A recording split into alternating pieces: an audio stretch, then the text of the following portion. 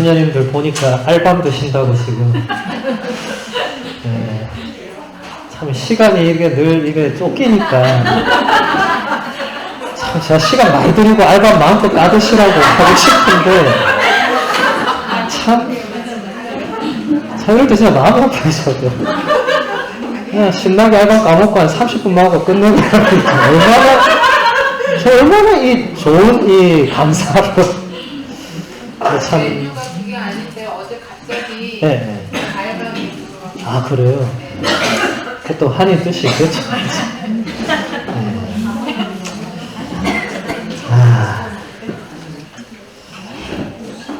이제 자 5장 재물의 사용을 보도록 하겠습니다. 일반 개론을 보면 규칙서 5장은 더 이상 글자 그대로 적용할 수 없는 부분들 때문에 그 자체로 규범처럼 받아들이기보다 규정들을 지배하는 정신이 무엇인지 살펴보아야 합니다. 무릇 수도자는 재물과 일상생활에 필요한 것들에 마음을 쓰기보다 거룩한 내적 옷을 드러내는 표지가 되어야 합니다. 공동의 것을 개인의 것보다 앞세우며 사랑을 실천할 때마다 영적으로 더 진보하게 됩니다. 여기서도 완덕의 기준은 사랑입니다. 지상의 것들과 필요들은 잠시 지나가지만 사랑은 영원히 남습니다. 여기서 영적 진보의 아주 간결하면서도 한 가지 포인트가 공동의 것을 개인의 것보다 앞세우는 것. 이게 영적으로 진보하는 하나의 길이 된다. 이거 중요한 것 같아요. 그죠? 네. 우리 돌아가신 김대중 대통령님의 유명한 말 있죠. 선당후사. 그분 그걸로 대통령까지 된 분입니다. 예. 아주 훌륭한 대통령이신데 같은 말이죠. 예. 당이 먼저고 네 사적인 건 그 뒤에 하는 거다. 예. 우리 공동체도 공동의 것을 개인의 것보다 앞세우면서 뭔가 사랑을 실천하고 뭔가 우리 각자의 그걸 할 때 영적으로 내가 진보한다. 뭔가 모순되는 것 같지만 이게 공동체 안에서는 그게 맞는 겁니다. 저처럼 혼자 그냥 이 필드에서 혼자 뛰고 있으면 그냥 혼자 열심히 하면 되는 거예요. 네. 근데 수녀님들처럼 이렇게 같이 있으면 공동체의 일이 우선시 되는 겁니다. 거기에 기꺼이 내가 나의 시간과 나의 존재를, 나의 마음을 거기에 먼저 쓰면서 나머지를 내가 할 때 그때 나도 진보한다, 덩달아. 예. 말로는 모순적이지만 그렇게 된다는 겁니다. 예. 이것도 우리 수행들이 잘 기억해야 될 요소고, 그 다음 또 하나 보면 소유는 욕구들을 증폭시키며 욕구들은 영혼을 오염시킵니다. 마음이 가난할 때에만 타인을 향하여 눈이 열리고 그들에게 정말 필요한 것이 무엇인지 알아차리게 됩니다. 수도 생활을 하면서 가장 조심해야 되는 게 바로 이런 부분이겠죠. 뭔가 소유하려는 우리의 그런 마음. 예. 우리가 늘 청빈을, 가난을 지향하지만 우리 인간의 본능은 끊임없이 뭔가를 소유하려고 하고 이런 게 있단 말이죠. 이제 그 싸워야 되는 거예요. 수녀님들이. 왜냐하면 소유가 욕구들을 증폭시킨다. 아까 제어해야 하는 그런 욕구들을 자꾸 뭔가를 소유하면 그 사람도 마찬가지입니다. 사람이 사람을 소유할 수 있죠. 예. 근데 그 또한 욕구를 증폭시키고 욕구들은 영혼을 오염시킨다. 그래서 우리가 정말로 무소유의 삶을 사는 건 그렇게 쉽지는 않은 것 같습니다. 아까도 우리가 외적인 가난과 내적인 가난에서 우리가 이제 조화롭게 해야 된다는 얘기가 있었는데 어떻게 하면 무소유의 삶을 살 수가 있나? 우리 돌아가신 법정 스님의 유명한 책 있죠. 무소유. 아마 스님들 예전에 다 한 번 이상씩 읽어보셨으리라 생각하는데, 거기에 제가 한 부분을 한번 발췌를 해봤어요. 한번 읽어드리겠습니다. 우리들이 필요에 의해서 물건을 갖게 되지만 때로는 그 물건 때문에 적잖이 마음이 쓰이게 된다. 그러니까 무엇인가를 갖는다는 것은 다른 한편 무엇인가에 얽매인다는 뜻이다. 필요에 따라 가졌던 것이 도리어 우리를 부자유하게 얽어맨다고 할 때 주객이 전도되어 우리는 가짐을 당하게 된다. 그러므로 많이 갖고 있다는 것은 흔히 자랑거리로 되어 있지만 그만큼 많이 얽혀 있다는 측면도 동시에 지니고 있다. 인간의 역사는 어떻게 보면 소유사처럼 느껴진다. 보다 많은 자기네 몫을 위해 끊임없이 싸우고 있다. 소유욕에는 한정도 없고 휴일도 없다. 그저 하나라도 더 많이 갖고자 하는 일념으로 출렁거리고 있다. 물건만으로는 성에 차지하나 사람까지 소유하려 든다. 그 사람이 제 뜻대로 되지 않을 경우는 끔찍한 비극도 불사하면서 제 정신도 갖지 못한 처지에 남을 가지려 하는 것이다. 우리들의 소유관념이 때로는 우리들의 눈을 멀게 한다. 그래서 자기의 분수까지도 돌볼 새 없이 들뜬다. 그러나 우리는 언젠가 한 번은 빈손으로 돌아갈 것이다. 내 이 육신마저 버리고 홀홀히 떠나갈 것이다. 하고 많은 물량일지라도 우리를 어떻게 하지 못할 것이다. 크게 버리는 사람만이 크게 얻을 수 있다는 말이 있다. 물건으로 인해 마음을 상하고 있는 사람들에게는 한 번쯤 생각해 볼 말씀이다. 아무것도 갖지 않을 때 비로소 온 세상을 갖게 된다는 것은 무소유의 또 다른 의미이다. 내면적인 욕구가 물건과 원만한 조화를 이루고 있을 때 사람들은 느긋한 기지개를 켠다.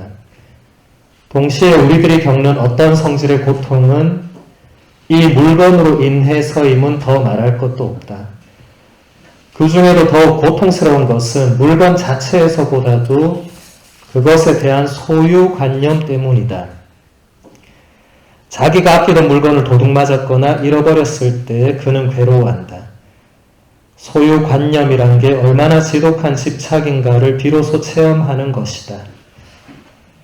그래서 대개의 사람들은 물건을 잃으며 마음까지 잃는 이중의 손해를 치르게 된다. 따지고 보면 본질적으로 내 소유란 있을 수 없다. 내가 태어날 때부터 가지고 온 물건이 아닌 바에야 내 것이란 없다. 어떤 인연으로 해서 내게 왔다가 그 인연이 닿으면 가버린 것이다. 더 극단적으로 말한다면 나의 실체도 없는데 그 밖에 내 소유가 어디 있겠는가. 그저 한동안 내가 맡아 있을 뿐이다. 내 마음 나도 모를 때가 없지 않다. 정말 우리 마음이란 미묘하기 짝이 없다. 너그러울 때는 온 세상을 다 받아들이다가 한번 옹졸해지면 바늘 하나 꽂을 여유조차 없다. 그러한 마음을 돌이키기란 결코 쉬운 일이 아니다.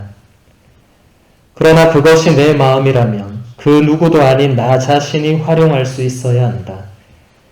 화나는 그 불꽃 속에서 벗어나려면 외부와의 접촉에도 신경을 써야겠지만 그보다도 생각을 돌이키는 일상적인 훈련이 앞서야 한다. 그래서 마음에 따르지 말고 마음의 주인이 되라고 옛사람들은 말한 것이다. 이 책이 1976년도에 나왔으니까 벌써 50년이 다 돼가는 책입니다. 그래도 이 내용은 여전히 우리에게 정말 이 평생을 수도생활을 했던 이 스님도 이런 것들을 이렇게 이야기하고 있잖아요. 본인도 물론 철저하게 그렇게 무소유로 사셨지만 인간의 내면에 끊임없이 이런 것들이 있다는 것을, 그리고 그게 얼마나 사람을 힘들게 하고 그 얽히고 설키고 이제 이래 되면 이제 마음이 얼마나 그게 이제 뒤죽박죽되고 이런 게 적어도 수도 생활을 하는 우리 수녀님들에게는 좋지가 않다. 예. 끊임없이 조심해야 될 부분이죠. 예. 단순히 내가 지금 가진 게 없네, 돈이 없네, 이 차원이 아니죠. 지금 이 법정선생이 말하는 것도 그런 차원은 아니죠. 그 마음의 주인이 된다. 이 좋은 표현이 사실은 부단한 노력 없이 그냥 내 마음의 주인이 내가 덥석되면 참 좋겠지만 우리 마음이 그렇지 않죠. 예. 그러니까 이제 노력이 필요한 거고. 근데 이 무소유 이거는 이제 법정선생이 말한 게 아니고 우리 소아데리사 성녀도 보면 이런 기도를 바쳤어요. 이 생명이 저물 때 저는 빈손으로 주님 앞에 서겠습니다. 주님께 제 업적을 헤아려 달라고 청하지 않을 것이기 때문입니다. 저희의 모든 의로움도 하느님께서 보시기에는 흠이 있는 것입니다. 라고 기도했습니다. 소아데리사 성녀처럼 그렇게 성실하게 작은 일에 성실했던 분도 결국 주님 앞에 설 때는 당신이 빈손으로 설 수밖에 없다고 깨달으신 거죠. 예. 그러니까 이런 기도를 하는 거죠. 우리 인간의 그 어떤 의로움도 하늘 보시기에는 그게 완전한 의로움이 될 수가 없다. 예. 이 성인 성녀의 말이니까 이 진짜겠죠. 예. 우리가 스스로를 의롭다 하는 순간 그건 이제 끝나는 거고, 예. 바리사이와 세리의 기도 루카복음 18장에 너무 잘 나오잖아요. 바리사이의 기도, 제가 전에도 한번 얘기했잖아요. 그죠? 예. 바리사이는 스스로 의로운 사람이니까 뭐 더 이상 예수고 뭐 필요 없는 거예요. 예. 우리는 뭐 그 경지까지 갈 사람은 없겠지만, 근데 이거 조심해야죠. 내 마음 나도 모르니까, 나도 모르게 나 스스로를 의롭다고 여길 수도 있죠. 예. 그건 조심해야 돼요. 그러면 이게 약간 위험심이야. 만약 그런 느낌이 온다면, 내가 드디어 이제 위험에 빠져들고 있구나. 얼른 옆에 누군가를 찾아가거나, 장사선생님께 와서, 요즘 제가 상태가 안 좋은 것 같다고. 나를 구해달라고. 왜 그러냐면, 내가 스스로 의로운 것 같다고. 예. 이렇게 신속하게 되면 참 좋겠지만, 그렇게 안 되죠, 그죠? 예. 아무튼, 각자가 잘, 이렇게 하셔야 될 거고. 프란치스코 교황님도, 어떤 강론에서 이런 말씀을 하시고 있습니다. 이 세상의 삶 다음에 가지고 다닐 수 있는 유일한 보물을 삶에서 추구하는 것이 우리 그리스도인의 존재 이유입니다. 무엇보다 먼저 해야 할 일은 자신에게 이렇게 묻는 것입니다. 나의 보화는 무엇인가? 물론 재물일 수는 없습니다. 주님께서 땅의 보화를 쌓지 마라. 마침내 없어질 것이다. 하고 말씀하셨기 때문입니다. 죽을 때 가지고 갈 수 없습니다. 장래 행렬길을 따라가는 이삿짐 트럭을 저는 본 적이 없습니다.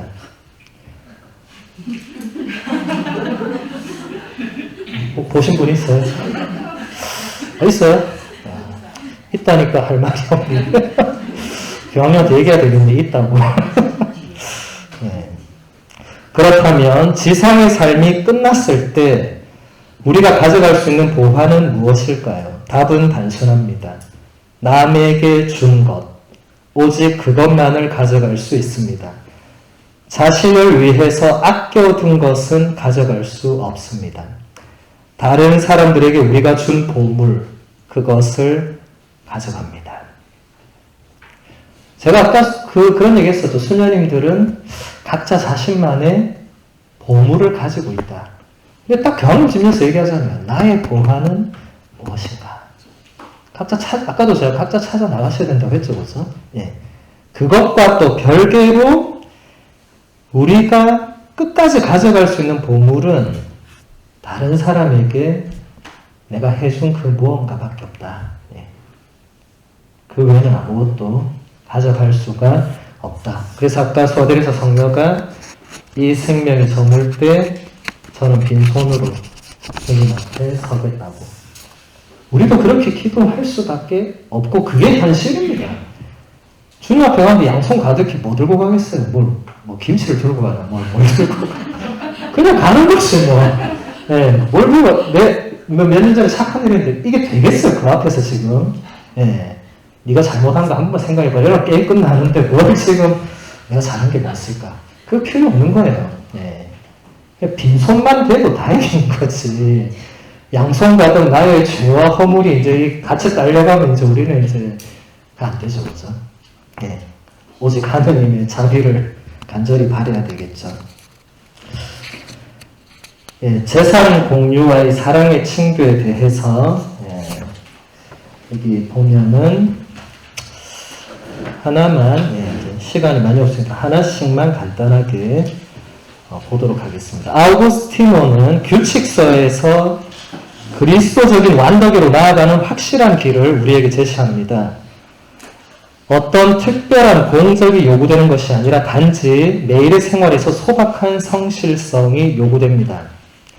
힘든 고행 일들이 요구되는 것이 아니라 단지 계속 봉사하는 사랑이 필요합니다.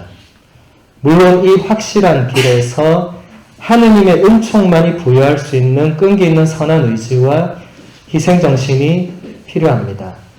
아우구스틴의 다음 말씀이 여기에도 적용됩니다. 지극히 작은 일에 충실한 사람은 큰 일에도 충실합니다. 근데 마지막에 지극히 작은 일에 충실한 사람은 큰 일에 충실하다. 이거 어디서 많이 들어본 거 아니에요? 어디서 들어봤습니까? 예, 이거는 예수님 말씀이에요. 이 지금 여기 약간 이 준켈러 신부님이나 혹은 이영 아빠스님이 그 내용을 번역을 다 안 하시고 그 루카복음서 16 제가 찾아보니까 그렇더라고요. 루카복음서 16장 10절에 아주 작은 일에 성실한 사람은 큰 일에도 성실하다. 이거를 그대로 넣어놨더라고요.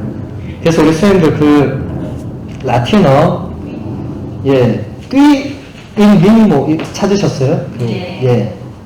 qui in minimo fidelis est et in manio fidelis est. qui 누군가 in minimo 가장 작은 것에 fidelis 성실한 누군가는 in manio 큰 것에도 fidelis est 성실하다. 네. 이거를 쓴 거고 실제로 이제 아우구스티노 성인이 이게 이제 그리스도교 교양이라는 작품의 한 부분인데 그거 보면 그 qui 문장 바로 위에 문장 보이시죠, 수녀님?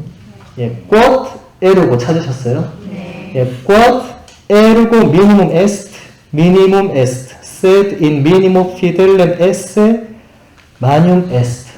이 굉장히 다른 말입니다. 자, 어떻게 되냐면 quod 이거는 어떤 것, ergo 그러므로 minimum est 가장 작은 무엇은 minimum est 그건 뭐죠? 예, 가장 작은 것이다. sed는 그러나입니다. in minimo 가장 작은 것에 fidelem esse 성실한 것은 manium est 무슨 말이죠? 큰 것이다. 예, 이게 좀 다른 맥락입니다. 제가 그대로 한글로 다시 해볼게요. 그러므로 가장 작은 것은 작은 것이지만 그 가장 작은 것에 충실한 혹은 성실한 것은 큰 것이다. 위대한 것이다. 네. 그러니까 아우구스티노 성인은 루카복음서 16장에 아주 작은 일에 성실한 사람은 큰 일에 성실한 것을 조금 더 지금 풀어서 설명하고 있는 거죠.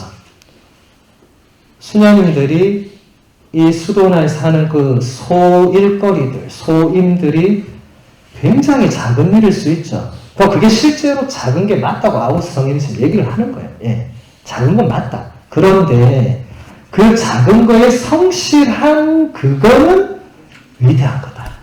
예, 훨씬 더 잘 풀어낸 표현입니다.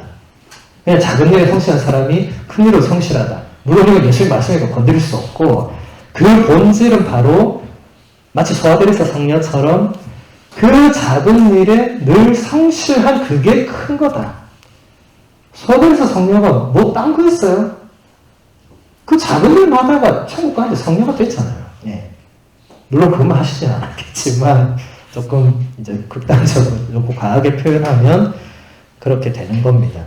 그러니까 우리 수녀님들도 이 수도원에서 이 작은 소임들, 그 작은 일들을 작은 것이지만 그래도 성실하게 하는 게 그게 진짜로 하나님 보시기에는 그게 큰 거란 거죠. 예. 앞으로 그것도 잘 기억을 하시면 좋겠습니다. 예, 그러면 노동에 관한 수도 정신 규칙서 5장에서 그 부분을 보도록 하겠습니다. 아우구스티노는 수도원 안에 직책을 맡고 있는 모든 이에게 다음과 같이 간략하지만 기본적인 지침을 줍니다. 자기 형제들에게 불평 없이 봉사할 것이다. 사랑에서 나온 봉사정신이 그들의 모든 일에서 나타나야 합니다. 수도원 안에 있는 모든 부서는 공동체에 봉사하기 위해서 있는 것입니다. 우리에게 주어진 임무를 그런 자세로 받아들인다는 것은 우리가 불평 없이, 즉 열심히, 친절하게, 그리고 기쁘게 맡은 일을 수행할 때 드러나게 됩니다. 이 원칙은 본인에게 별로 달갑지 않은 부서나 소임에서도 그대로 적용됩니다. 굉장히 현실적인 말이죠. 근데 이건 진짜 어려운 것 같아요. 우리가 어떤 소임이나 부서를 이제 인사 명령을 통해서 혹은 장상을 통해서 받으면 너무 감사합니다 하고 이렇게 바로 받는 수행들도 물론 계시겠지만 대부분은 그걸 왜 내한테 갑자기 시키지? 쟤도 있고 쟤도 있는데 왜 내한테 이거 하라고?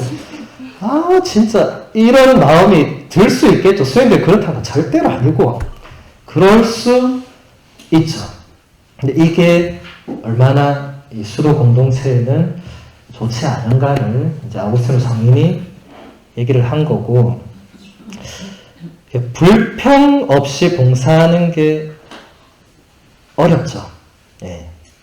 근데 불평하는 순간 그 봉사도 어떻게 됩니까? 날아가는 거죠. 아무리 열심히 봉사해도 끝에 불평 던지면 어떻게 됩니까? 불평만 남는 거죠. 오히려 그 봉사가 불평을 부추기죠. 나는 이렇게 개고생했는데 돌아오는 건 아무것도 없고 쟤들은 저렇게 편하게 있고 자꾸 이렇게 되면 안 되죠. 그래서 올해 초에 이태리의 심리학자인 살보 모에라는 교수가 불평 멈추기라는 책을 써서 우리말로 번역도 되어 있더라고요. 그 책 앞에 표제에 보니까 교황님도 막 이 책을 되게 이렇게 왜냐면 교황님이 이런 맥락의 말씀을 많이 하셨으니까 교황님 방문 앞에 이태리어로 이렇게 이게 붙여져 있다고 합니다. 내가 교황님 방문 앞에 안 가봐서 모르겠는데 거기 그렇게 써져 있다 하니까 이렇게 써져 있대요.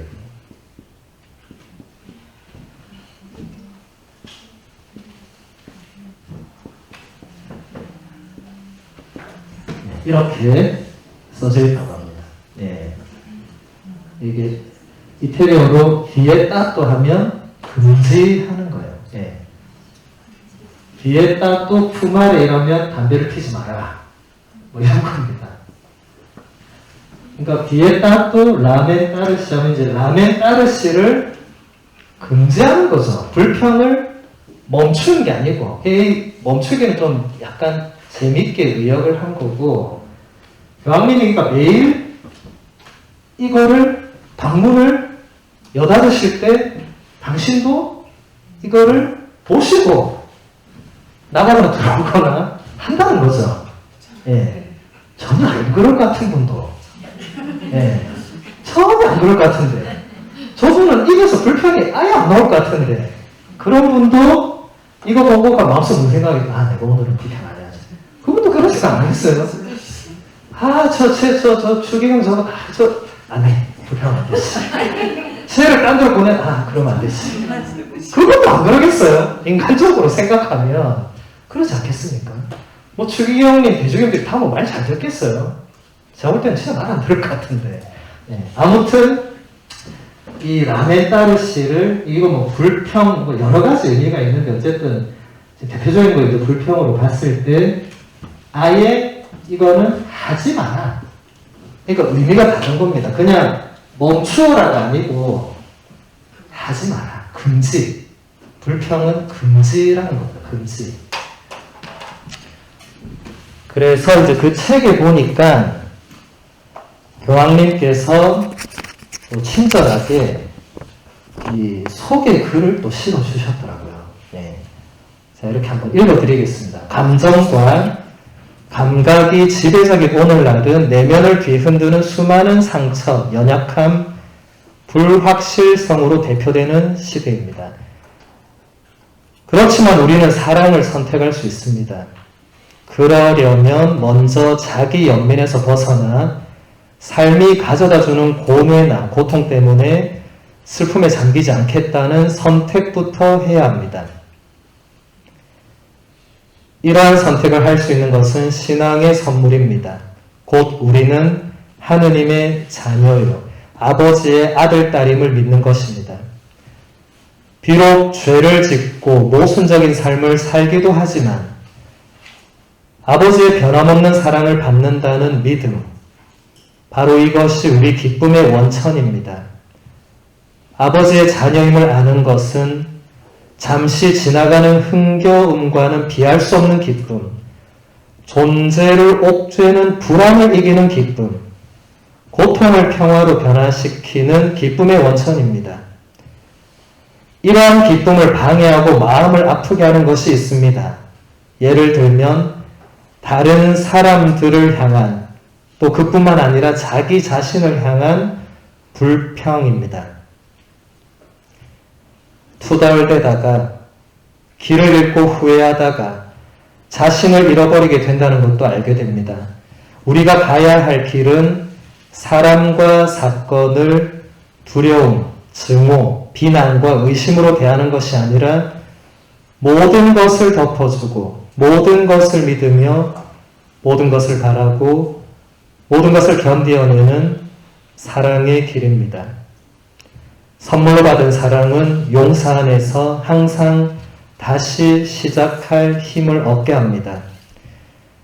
사랑받은 우리는 자부심을 가져야 하고 주님의 손에 이끌려 상처와 후회의 심연에서 빠져나와 생명을 선택하고 이웃을 돌아보아야 합니다. 삶에서 불평을, 판단에서 해로운 견해를, 생각에서 애매모호한 면을, 만남에서 험담을, 마음에서 울분을 떨쳐버리기 위해서 싸워야 합니다. 이것이 우리 안에 사랑이 머무르도록 하는 여정입니다. 오직 사랑만이 우리의 공허함을 채워줄 수 있고 상처를 치유하며 관계를 회복하고 용기를 북돋아주며 삶을 희망의 위대한 제작소로 변화시킬 수 있습니다. 한 문장 한 문장이 참 너무나 주옥 같은 문장이죠. 제가 이걸 그대로 인용한 이유는 뭐 다 인용한 건 아니지만 이게 아우구스티노 성인이 말하고 싶었던 바로 그거를 현대에 맞게 풀어주신 것 같아요. 불평 없이 봉사하는 게 뭐냐라고 누가 묻는다면 이렇게 대답했을 것 같아요. 예. 그래서 거기 보면 좀 더 구체적으로 불평에 대해서 교황님이 이렇게 강론 시간에 잠깐 하신 게 있더라고요. 그것도 잠깐 조금만 읽어드리면 불평을 하는 것은 나쁜 것입니다. 우리는 고통스러울 때 다른 사람은 물론 나 자신에 대해서도 불평합니다. 불평하는 것이 나쁜 이유는 우리에게서 희망을 빼앗아가기 때문입니다. 불평을 일삼는 삶의 장난에 넘어가지 맙시다. 혹시 무엇인가 잘 풀리지 않는다면 주님께 달려갑시다. 그분을 신뢰합시다. 불평은 희망을 앗아가고 가능성도 앗아가며 벽처럼 우리를 가둡니다. 불평을 터뜨리지 맙시다. 그러다가는 거기에서 나올 수 없을지도 모릅니다. 주님께서는 인내로우시고 그런 상황에서 어떻게 우리를 빠져나오게 하실지 잘 아십니다. 주님께서는 우리의 여정에서 가장 어두운 시간에도 언제나 우리와 함께 해주시고 결코 우리를 버리지 않으신다는 것을 믿읍시다. 주님은 어려운 순간에도 늘 우리와 함께 하십니다. 그러니 불평을 피난처로 삼지 맙시다. 우리에게 해가 되기 때문입니다. 우리의 마음을 아프게 만들기 때문입니다. 불평을 피난처로 삼지 말자. 저도 이거 보면 많이 찔리더라고요. 예. 제가 그동안 했던 불평 다 모으면 나 어디 피난처 산 하나 살까 같더라고요.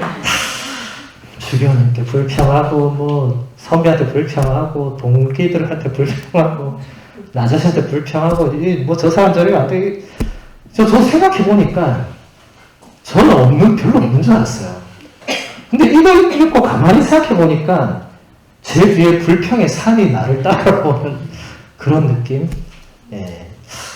이게 은근히 불평하는 것이 은근히 우리 내면 안에 있는 겁니다. 저도 이 준비하기 전에는 저는 별로 불평 안 한다 생각했어요. 별로. 예.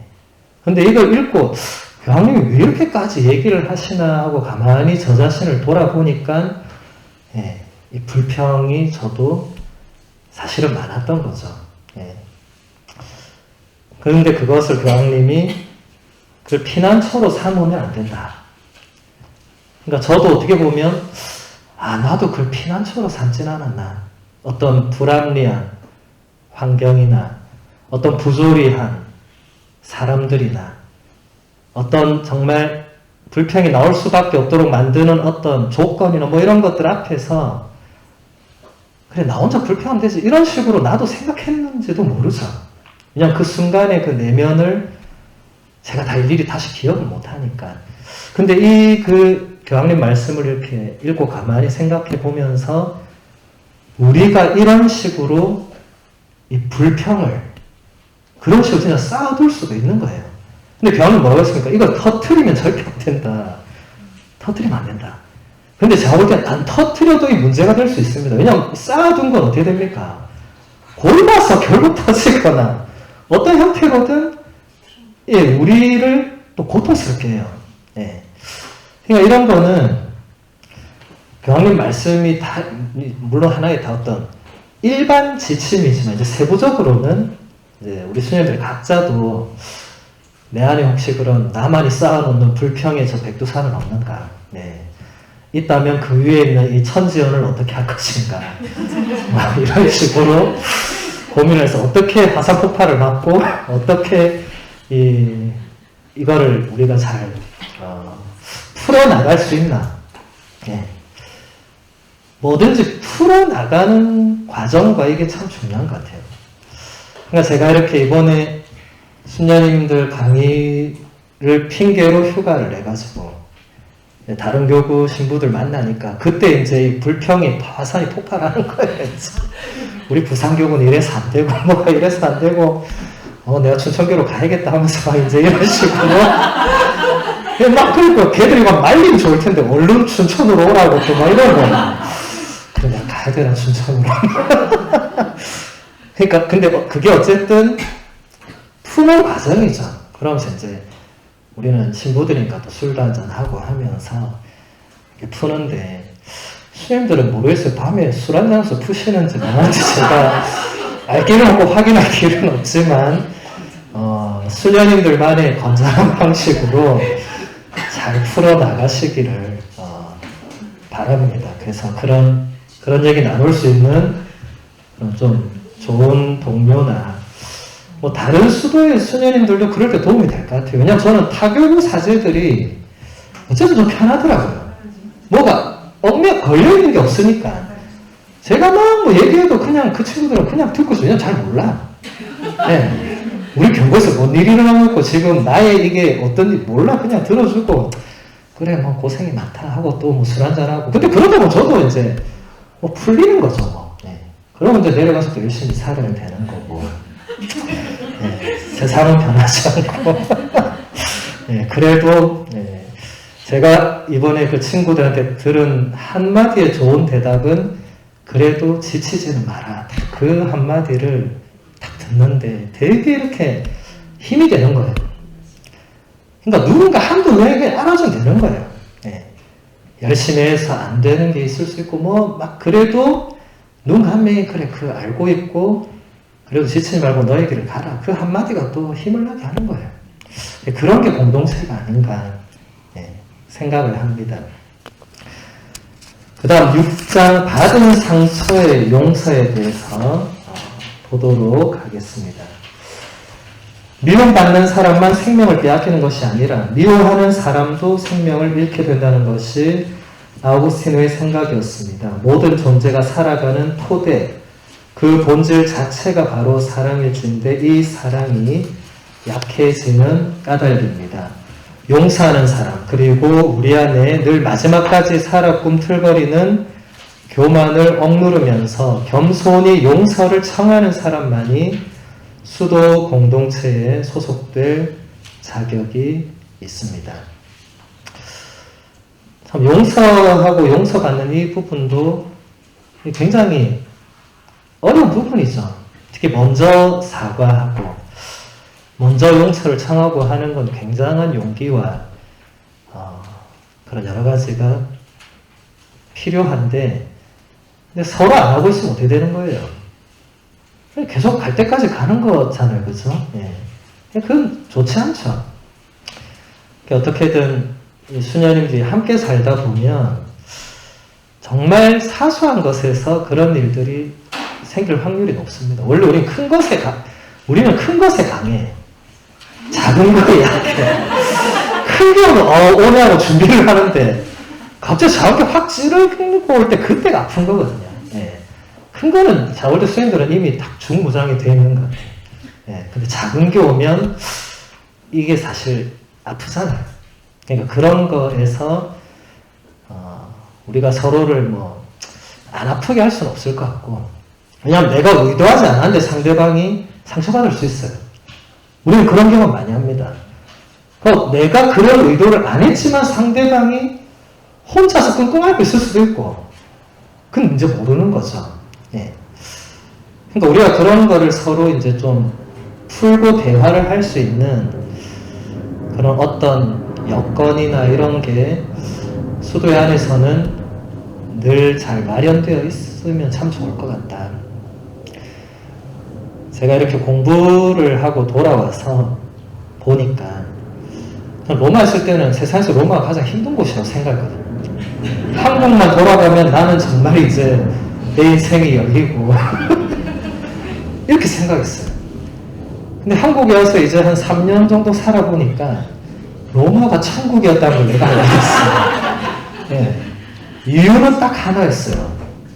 관계. 로마는 관계가 없는 곳입니다. 나하고 아무 관계가 없어요. 진짜 그래요. 그래서 힘들었어 처음에는. 나하고 관계 있는 사람이 아무도 없어. 내가 베네딕토 교황님도 거들떠보이지 않았다고 했잖아요. 왜냐하면 나하고 아무 관계가 없으니까. 우리 교회 제일 어른이지만 나하고 아무 관계가 없어. 저분이 내려오든 말든 나하고 아무 상관없어. 저분이 계신다고 내 학점이 A가 되는 것도 아니고 저분이 그만둔다고 내가 갑자기 F를 맞는 것도 아니고 아무 상관없어요. 지금 생각해보면 그때는 뭘 그래 힘들었나 또 이런 생각이 들더라고요. 그때는 그래 힘들더니 한국에 와서 보니까 세상에서 제일 힘든 건 관계가 맞구나 이런 생각이 절로 듭니다. 왜냐하면 관계는 내가 어떻게 할 수 없는 거거든요. 제가 로마에서 겪었던 모든 일은 그냥 제가 참고 제가 그냥 좀 버티고 제가 그냥 바람 한 번씩 쐬고 그냥 그 정도면 크게 어긋날 그런 건 없었어요. 예를 들어 제가 공부를 아주 열심히 해갔는데 교수가 성적을 엉망으로 주면 밤새 교수욕을 하고 이럴 수는 있겠지만 그러면 끝나는 거죠. 왜냐하면 그 교수는 나하고 아무 상관없어요. 다시 볼 사람도 아니고. 근데 한국에 왔는데 어느 교수가 나한테 그러면 이제 이거는 상황이 달라지죠. 어떻게 저 교수가 나한테 이럴 수 있나. 이렇게 되는 거죠. 그러니까 우리 수녀님들은 어쨌든 평생 우리가 누구나 마찬가지로 평생 우리는 관계 안에서 살 수밖에 없기 때문에 상처를 주고받지 않을 수가 없습니다. 그리고 그 관계를 잘 맺어 나가는 이거는 어떻게 보면 가장 우리가 살아가면서 가장 어려운 숙제나 과제가 아닌가. 네. 단순히 이건 십자가다라고 하기에는 너무 무거운 십자가들이 많아요. 네. 그렇게 풀면 안 된다는 거예요. 그게 그냥 우리가 십자가를 제가 아침 미사 때도 얘기했잖아요. 이게 진짜 너무 무거우니까 팔이 안 올라가더라고요. 그런 느낌이 들 만큼 이 힘든 것들이 있는 거죠.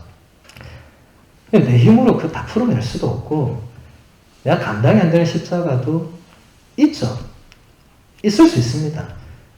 아마 수님들은 그런 걸 다 지금까지 오신 거는 어느 정도 다 그걸 이제 이렇게 견뎌내고 오신 건데, 문제는 앞으로도 계속 될 겁니다. 예.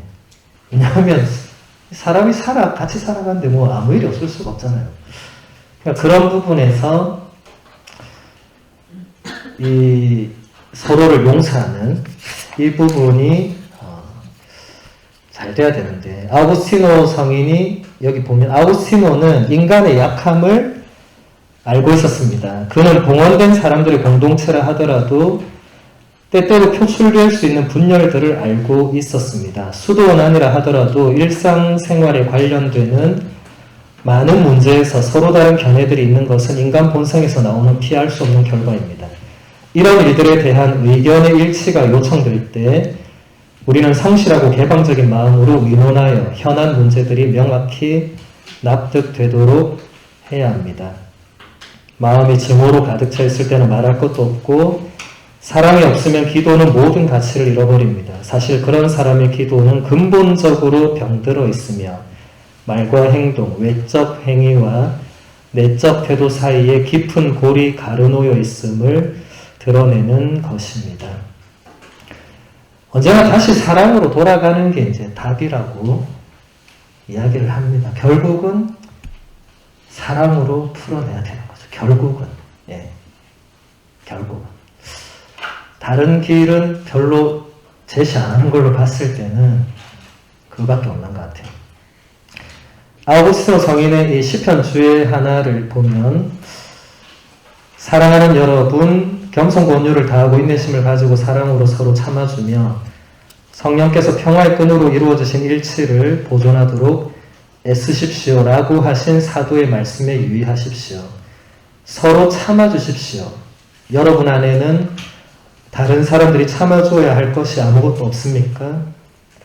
나는 여러분 모두에게 권고합니다. 아니, 하느님의 소리가 여러분 모두에게 권고합니다. 사랑으로 서로 너그럽게 대하십시오. 형제를 참아주려 하지 않는 사람이 도대체 무엇을 참을 수 있겠습니까? 참 참아준다는 게 이것도 쉬운 일이 아니죠, 그죠? 예. 그냥 계속 참다 보면 왜 내만 참지? 이럴 수 있잖아요. 쟤는 안 참는 것 같은데 나는 참고. 그러니까 이런 게 참 이 미묘한 어려움이 지금도 있고 옛날에도 있었고 그런 거죠. 근데 그럼에도 불구하고 아우구스티노 성인이 얘기하는 게, 사도께서 그래도 참아주라 하니까 어쩌겠노. 그 사람이 막 하면 참아주고 네 안에는 참아줄 게 없는지 차라리 그걸 봐라 라고 이제 조언을 해주는 거죠. 예. 그러니까 왜 내만 참고 쟤는 안 참지, 이렇게 가면 답이 없다는 거죠. 그래도 내 안에도 누군가가 나로 인해 참아줘야 될 부분이 있겠죠. 아마 여기 계신 모든 스님들 중에 없는 분은 없을 겁니다. 왜냐면 우리 서로 다르잖아요. 예. 어쨌든 참아줘야 돼. 예. 그게 이제 지금 이론적으로는 그러니까 사랑으로 참아주는 거고, 이제 현실에서는 우리가 각자가 어떻게 그를 이제 참아줄 수 있는가를 이제 같이 또 풀어 나가야 되겠죠, 그죠? 예. 여기 이제 보면은 아우구스티노 성인이 이제 이런 말을 합니다. 사랑은 서로 남의 짐을 져주는 임무를 우리에게 부여합니다. 주님께서 우리를 얼마나 많이 참아주시는지 생각하지 않는다면 우리는 서로 남의 짐을 져주는 이 봉사를 기꺼이 그리고 열심히 수행하지 못할 것입니다. 그리스도의 계명은 우리가 서로 남의 짐을 져주라는 것입니다. 만일 우리가 그리스도를 사랑한다면 다른 이들의 약점을 쉽게 참아주게 될 것입니다. 왜냐하면 우리가 사랑하는 주님께서 그들을 위해서 죽으셨다는 사실을 염두에 둘 것이기 때문입니다. 그러니까 아고스틴 성인이 그냥 참아라 이렇게 안 하고 왜 참아야 되는지 이유를 알려주는 거죠. 예. 왜냐하면 서로 남의 짐을 져주라고 했으니까. 우리 수녀님들이 수녀 들어온 게 내 혼자 성인 성녀들만 들어온 게 아니고 여기 계신 우리 서로의 짐을 져주려고 들어왔다는 거예요. 예. 그 어쩔 수 없는 거예요. 같이 우리만 그런 거 아니잖아요. 밖에 부부나 뭐 보면 다 서로 짐을 지고 삽니다. 괴로워 죽겠지만 그 어쩌겠어요. 그러려고 그 공동체로 간 거잖아요. 예. 혼인 성사의 은총으로 또 그렇게 부부로 살아가고 수녀님들은 또 그 서원의 은총으로 살아가고 우리는 또 서품의 은총으로 살아가고 결국 은총의 우선성으로 우리가 살아가게 되는 겁니다. 그래서 우리가 시간이 이제 다 돼서 이 중간 부분은 뭐 볼 수가 없고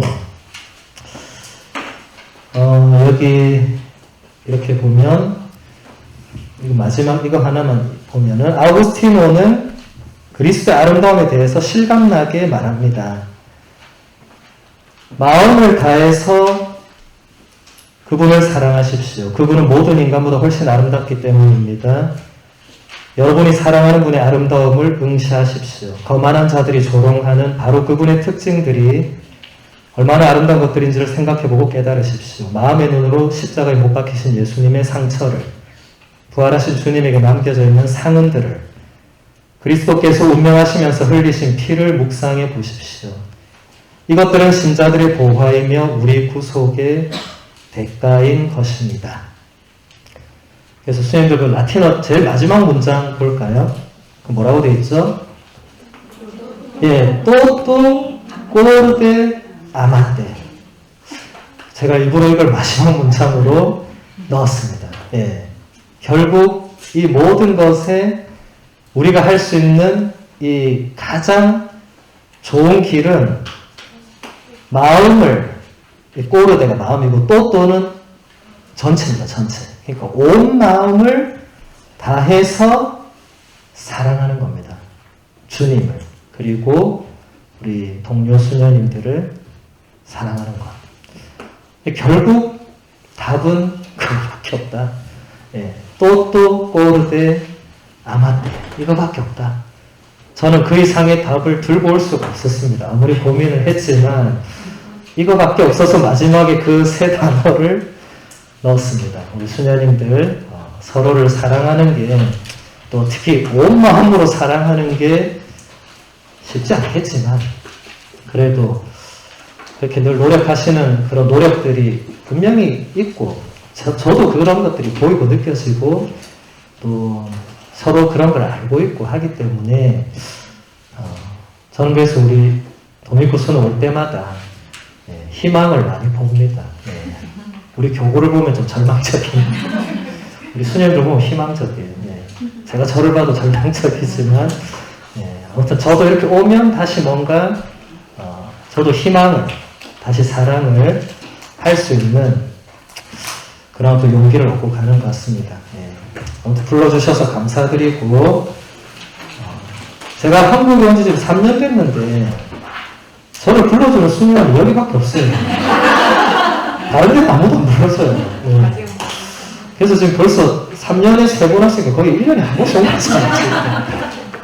내년에 또 올지 안 올지 모르겠지만 아무튼 이 강의록하고 이런 건 제가 나중에 뭐 메일로 보내드리면 되니까 상관은 없을 것 같고, 아까 세시별성을 잠깐 얘기했는데 제가 우리 수행자한테 책을, 원래 제가 이번에 번역해서 나온 책이 있었어요. 그걸 드리려고 이렇게 생각하고 있었는데 와인 들고 나오면서 책을 까먹었어요. 와인만 들고 오고 책을 집에 놔두고 왔어요. 그래서 그 책은 뭐 어쩔 수 없고 예전에 우리 여기 계신 수녀님들이 그때 하나씩 이제 구입하셨던 책 있잖아요, 그죠? 혹시 그 없으신 분들이나 혹시 뭐 추가로 필요한 분들 있으시면 제가 다 선물해 드리도록 하겠습니다. 제 차 트렁크에 책이 넘칩니다. 무게를 담기 위해서 수녀님들 드릴 것이고, 지난번에도 제가 강의를 해서 그 파일을 제가 수녀님들한테 드렸었는데, 요즘 이제 코로나 시대니까 이제 저도 유튜브를 이제 하거든요. 근데 제가 지금 아직 살이 많이 쪄서 화면으로는 안 되고 이렇게 음성으로 그러면 살쪘는지 안 쪘는지 모르니까 음성으로만 이렇게 전해드린 강의 파일이 지금 유튜브에 거의 다 올라가 있습니다.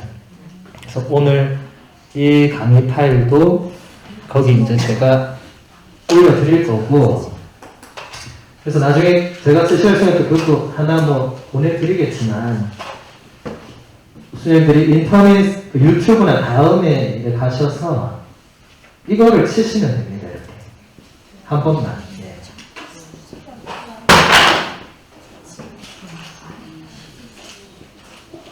이렇게 치셔도 바로 다 나오고, 아니면 제가 세실리아 선생님한테 이제 하나를 보내드리고 하면 이제 클릭을 하면 이제 자동으로 들어가게 되죠. 그러면은 거기서 이제 강의나 이제 다른 것들 아마 도움되는 것들이 있을 겁니다. 그래서 그거를 이제 참고하시면 되고요.